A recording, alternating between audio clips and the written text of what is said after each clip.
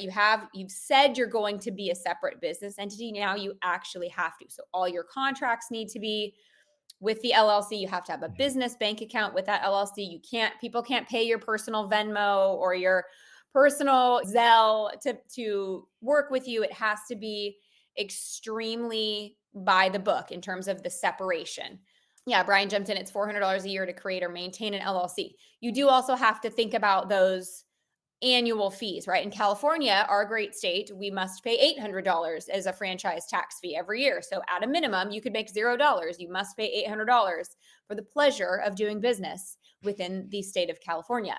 So that's something to think about, right? That's why sometimes the sole proprietorship gig makes sense, because if you're like, I don't know how quickly this is going to generate revenue, right? This isn't necessarily a 100K business right out of the gate, or even a 5K business or whatever. It feels a little stressful to some to be incurring fees when we haven't yet put together a business. But when you do want to start a business and the entity feels right to you, an LLC is typically the way to go.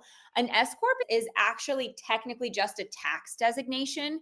So you could be an LLC and then designate to be taxed as an S corp, right? Same with what we call a C corp, right? A regular basic corporation, you could designate to be taxed as an S corp. As far as LLC versus corporation, most people swing LLC.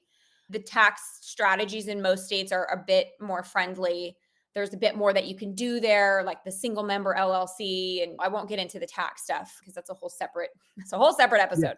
But for liability purposes, the LLC is the most common, or a sole proprietorship with good insurance. Either can work.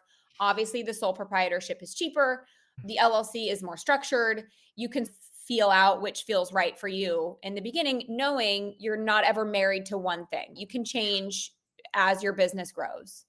Yeah, and this is why, guys, it is so important to consult an individual to talk to about this kind of stuff because I opened up an in-person business with my buddy. We had it for 3 years. Now, I don't even know if this was the full reason, so I don't want to sound ignorant, but we were not planning on taking like anything from this in the beginning at all. And our accountant, because of the work that he did with us, he's, oh no, you're going to want this as an escort because of your unique situation. And he helped us a ton with taxes because of that. Whereas, yeah, I just would have went willy nilly and started opening up the business and hoping for the best, which I don't Yes. recommend.